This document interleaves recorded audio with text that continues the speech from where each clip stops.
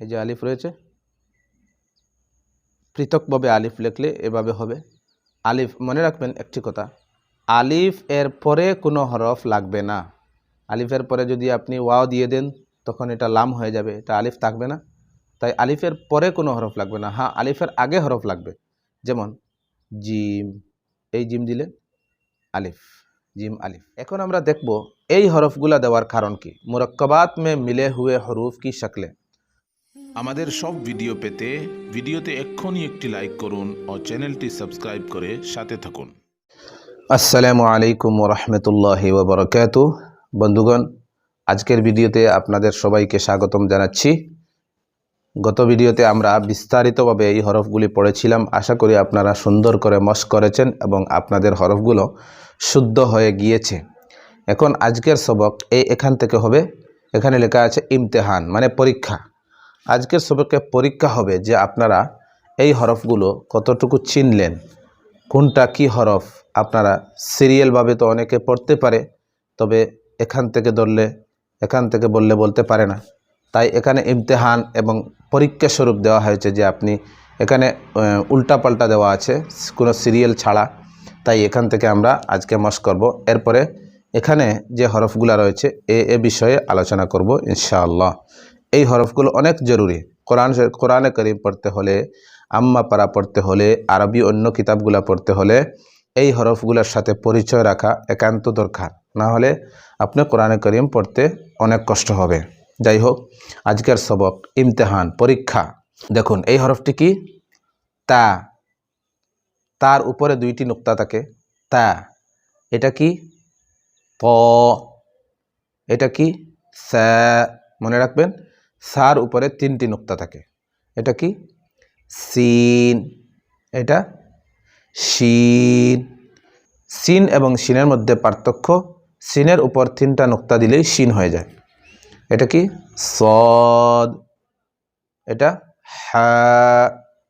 এটা হা। এটা খ। এই যে হা, খ, আর একটা আছে, যেমন এখানে নাই হয়তো, জিম। এখানে নাই, এই যে দেখতে পাচ্ছেন জিম। তো এই তিনটা হরফ এক ধরনের, এই তিনটা হরফ।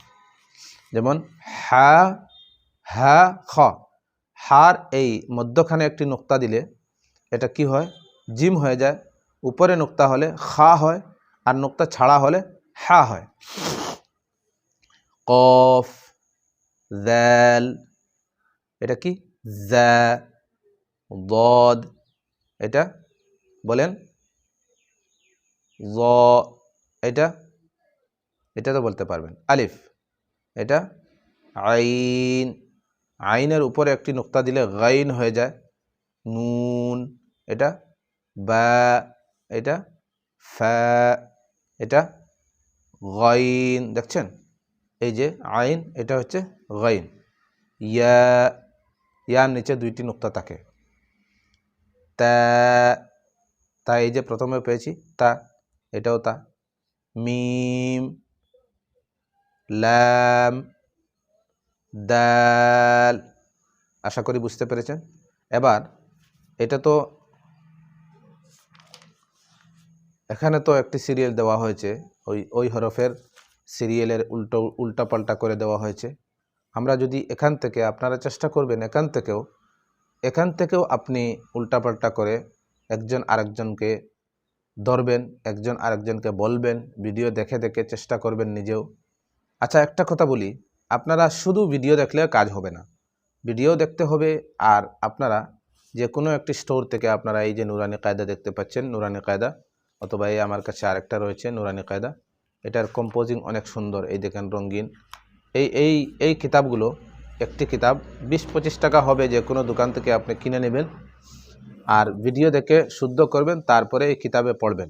তাহলে ইনশাআল্লাহ আমাদেরও ফায়দা হবে, আপনাদেরও ফায়দা হবে। আমাদের আসল উদ্দেশ্য হচ্ছে কোরআনে কারীম শুদ্ধ করা। যাই হোক, এখন আমরা দেখব এই হরফগুলা দেওয়ার কারণ কি। মুরাক্কাবাত মে মিলে হুয়ে হরুফ কি শক্লে। অর্থাৎ আমরা তো এখন একটি একটি করে হরফ পড়লাম। কোরআনে কারীমে যখন একটি শব্দ আসবে তখন একটি শব্দ, একটি হরফ আরেকটি শব্দের সাথে জুড়ে যাবে, মিলে যাবে। মিললে এই হরফের সূরত বদলে যাবে, সেটা আপনাদেরকে এখানে দেখানো হয়েছে। যেমন আলিফ, বা, এই আলিফের এই একটি সূরত আছে, এই যেটা দেখতে পাচ্ছেন প্রথমে, এটা হচ্ছে এর আগে কোনো হরফ লাগলে আলিফের সূরত এরকম হয়, আর আলিফ কোনো হরফের শেষে থাকলে এরকম হয়। যেমন এখানে দেখতে পাচ্ছেন আলিফ শেষে লাগছে, আর এই যে অন্য হরফের আগে, এটা আলিফের আগে জিম রয়েছে, জিমের পরে আলিফ হলে এরকম হয়। বা, এই বার 3টা সকল রয়েছে, বা শুরুতে হলে এরকম হয়, বা শুরুতে হলে এই আরেকটি সকল, এটা লাম দিয়ে দিয়েছেন, লাম দিয়েছেন এজন্য যে বার পরে লাম লাগলে এরকম হবে।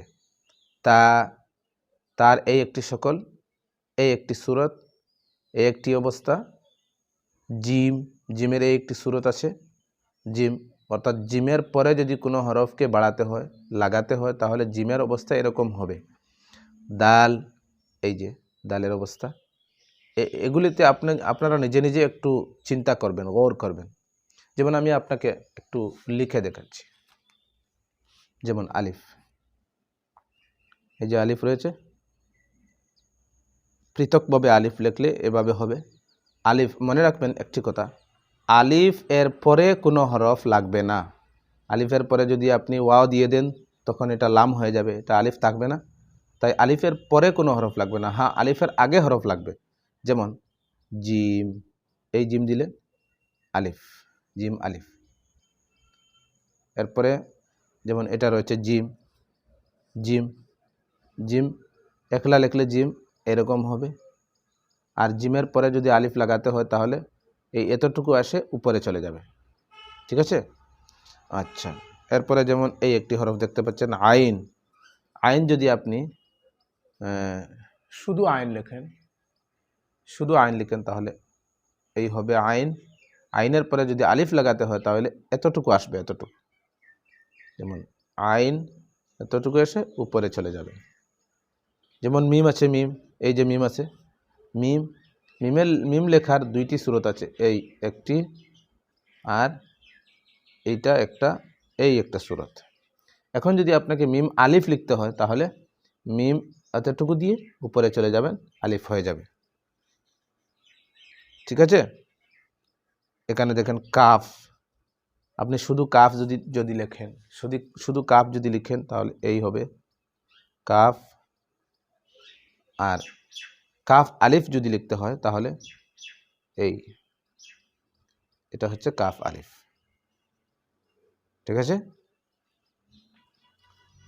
এরপরে কি এরকম দেখতে পাচ্ছেন এখানে সব হরফ দেওয়া রয়েছে, এইগুলোতে আপনারা একটু চিন্তা করবেন, গৌর করবেন, ইনশাআল্লাহ পেয়ে যাবেন। আজ এ পর্যন্তই, পরবর্তী সবকের ভিডিওতে দেখা হবে ইনশাআল্লাহ। আসসালামু আলাইকুম ওয়া রাহমাতুল্লাহ।